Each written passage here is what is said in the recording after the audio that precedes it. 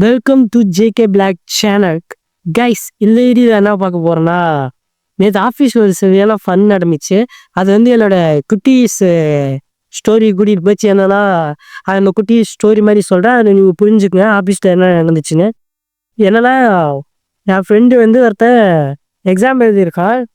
எல்லாருமே தான் எழுதணும். அது மேக்ஸ் எக்ஸாமு எழுதி முடிச்சதுக்கப்புறம் இந்த பேப்பர் தருவாங்கள்ல, அந்த அன்னைக்கு எல்லோரும் உட்காந்து போய் இது 8th நடந்துச்சு. உட்காந்துருக்கோம்.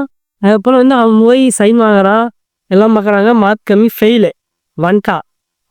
அதுக்கப்புறம் அவனுக்கு பின்னாடி அட்டனன்ஸில் இருப்பானுங்க. அதில் ஒரு 5 பேர் அப்படியே லைனாக போகிறானுங்க. எல்லாருமே போயிட்டு வரானுங்க.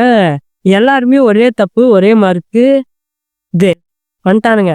எப்படின்னு சொல்லிட்டு கடைசியாக ஒருத்தவனா அவன் மாட்டிக்கிட்டான். யாரை பார்த்து எதுலன்னு சொன்னால் அவன் அவனுக்கு முன்னாடி இருக்கிறவங்க சொன்னான். அவன் அவனுக்கு முன்னாடி இருக்கிறவங்க சொன்னான். அவன் அவனுக்கு முன்னாடி இருக்கிறவங்க சொன்னான். கடைசியில் பார்த்தா காட்டினா பார்த்தியா, அவன் மாட்டிக்கிட்டான். அவரு சரியா அடின்னு அடிப்பாரு. அங்கே போனால் நாங்களாம் ஃப்ரெண்ட்ஸ்லாம் இங்கே உட்காந்துருக்கோம். அவன் பாவம் மாட்டிக்கிட்டான். இவனுக்கு எவனுமே அடி இல்லை, அவனுக்கு தான் அடி உதைக்குது. எதுக்கு காட்டினேன் ஒரு நாள் பாரு, இவனு தப்பாகி போச்சு அந்த மாதிரி அவனுக்கு போட்டு சரியான அடி விழுந்துச்சு. அது ஒரு தடவை கூட எவன் கூப்பிட்டாலும் அவன் திரும்புறதே கிடையாது. உட்காந்து எழுதுன்னு எழுதிட்டு இருப்பான். அது மாதிரி தான் எனக்கு நேற்று ஆஃபீஸில் நடந்துச்சு. அது நீங்கள் புரிஞ்சுங்க. அது என்ன மாதிரி ஆஃபீஸில் வேலை செய்கிறவங்களாம் தெரியும் என்ன மாதிரி நடந்துருக்கூடாது. அந்த மாதிரி தான் நடந்துச்சு.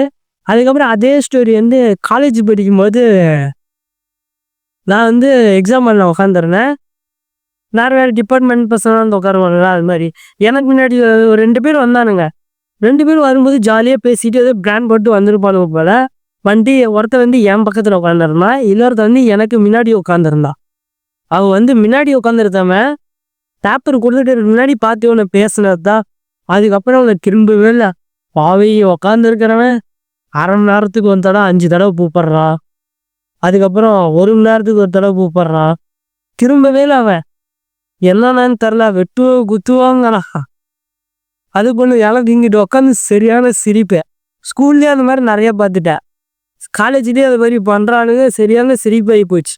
ஏன்னா எவனுக்குமே ஒன்றும் தெரியாது, படித்தவனுக்கு தான் ஏதாச்சும் தெரியுது.